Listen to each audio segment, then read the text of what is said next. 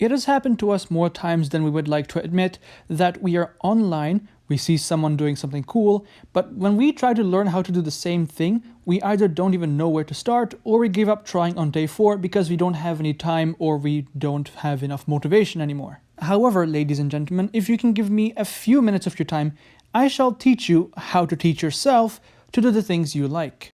The first step to learning is to observe. Observation is a version of looking in which you learn about how what you're looking at functions.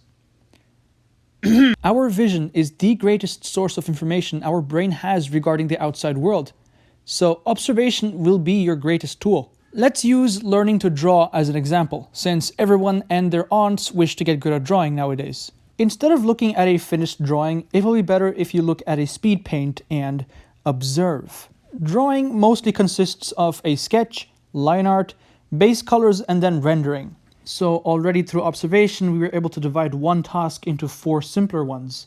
But we shouldn't stop here. For example, the sketch can be further simplified into basic shapes, composition, perspective, and maybe anatomy as well. And then anatomy can be even further broken down into skeletal structures, muscle layers, muscle contractions, which can also all be summarized as basic shapes. Through observation, we broke down a large, complex task into smaller, easier to understand ones. And this works for any subject and any task. During your observation, you can look at other people for examples and ideas. You can steal like an artist. And make sure to write down all of your observational findings so you do not forget. After you have a good overview of the subject, you can then find out where to start.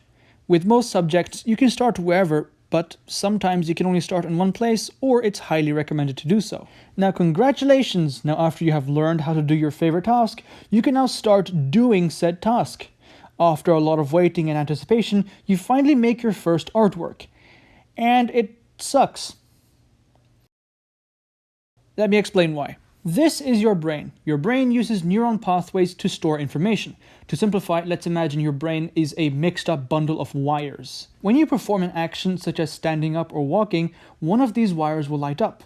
This will represent your active neuron pathways. When you activate a neuron pathway, the wire grows brighter and stronger, making it easier to activate over time. Now, you have learned the method for drawing, good job. However, your brain uses different neuron pathways for recalling information and for physically acting upon said information. You are no longer observing, you are now acting. You are moving your muscles, you're moving your hands and arms and shoulders and eyes. You need a lot more effort to do that. Such is the science of experience. Even if you know exactly how to do something, you still need to do the thing repeatedly to get good at it.